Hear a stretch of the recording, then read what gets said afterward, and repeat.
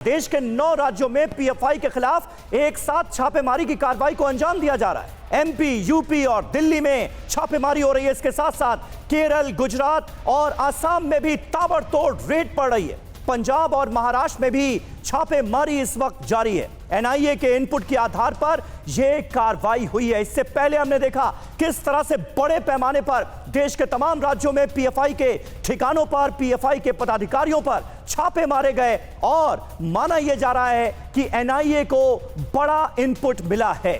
जाहिर है पीएफआई की रेड्स के बाद भारी संख्या में जो पीएफआई से जुड़े हुए लोग हैं उन्हें गिरफ्तार किया गया और उनसे पूछताछ में कुछ बड़ा इनपुट हाथ लगा है, जिसके आधार पर अब एक बार फिर हम देख रहे हैं अलग अलग राज्यों में बड़े पैमाने पर आज छापेमारी की जा रही है। और कर्नाटक के कोलार से एक अहम खबर यह सामने आ रही है कि 6 पीएफआई सदस्यों की यहां से गिरफ्तारी हो गई है। देखिए अब गिरफ्तारी से जुड़ी खबरें भी सामने आने लगी हैं। मध्य प्रदेश के इंदौर से भी पीएफआई के 4 सदस्य गिरफ्तार किए गए। आसाम के कामरूप से पीएफआई के 4 सदस्यों की हुई है गिरफ्तारी और महाराष्ट्र के ठाणे से भी 4 पॉपुलर फ्रंट ऑफ इंडिया के कार्यकर्ताओं को गिरफ्तार कर लिया गया है।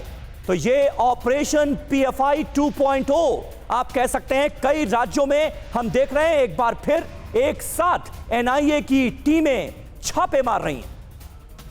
तो बड़ी साजिश का पर्दाफाश होता हुआ नजर आ रहा है। और इससे पहले जो पीएफआई के ठिकानों पर रेड पड़ी, जिस तरह से पीएफआई से जुड़े पदाधिकारी गिरफ्तार किए गए और उनसे पूछताछ में कई अहम जानकारियां एनआईए को हाथ लगी और पीएफआई के खौफनाक इरादे भी जाहिर हुए। उसके बाद आज की इस रेड को बहुत अहम माना जा रहा है।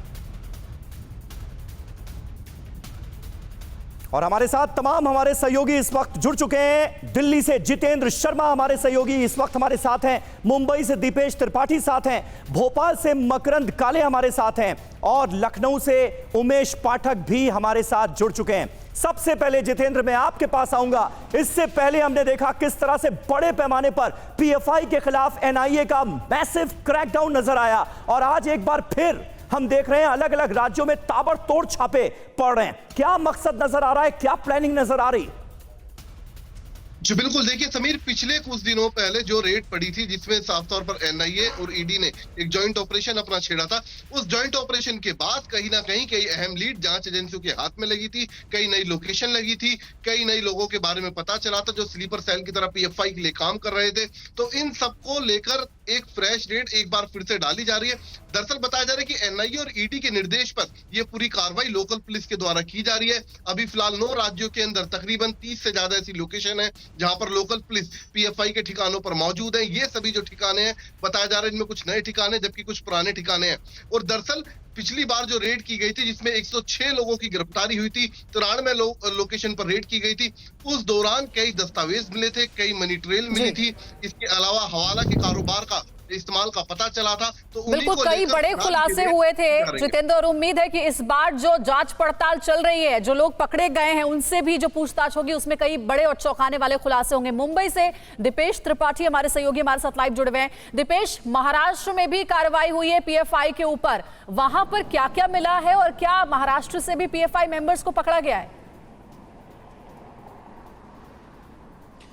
जी हाँ, बिल्कुल पिछली बार की तरह आज भी महाराष्ट्र में मैराथन कार्रवाई शुरू है पीआईएफ के खिलाफ। लेकिन आज मुंबई जो लोकल पुलिस है और एटीएस है, ये दोनों जॉइंट ऑपरेशन में ये कार्रवाई कर रहे हैं। महाराष्ट्र से अब तक थाने में 4 लोगों को गिरफ्तार किया गया है, जिसमें एक को कल्याण से, एक को भिवंडी से और 2 को मुंब्रा से। तो वहीं मुंबई और पुणे से भी गिरफ्तारियां हुई हैं। मराठवाड़ा में 21 लोगों को फिलहाल डिटेन किया गया है और उनसे पूछताछ चल रही है। तो मालेगांव में मौलाना नदवी करके हैं जिनको गिरफ्तार किया गया है, उनके साथ एक पीआईएफ के मेंबर हैं। उन्होंने जो पिछली बार एक पीआईएफ के एक्टिविस्ट गिरफ्तार किए गए थे, उनके परिवार के साथ मिलकर लोगों को भड़का रहे थे, वापस से किस तरह से अशांति का माहौल। जी सॉरी, पीएफआई जी पीएफआई पीएफआई के लोग जो हैं वो जो गिरफ्तार हुए थे पिछली बार, उनके लोगों से मिलकर वापस से भड़का रहे थे कि किस तरह से माहौल को वापस से अशांत किया जाए और उसी के तहत ये बड़ी तरह कार्रवाई जो है की गई है।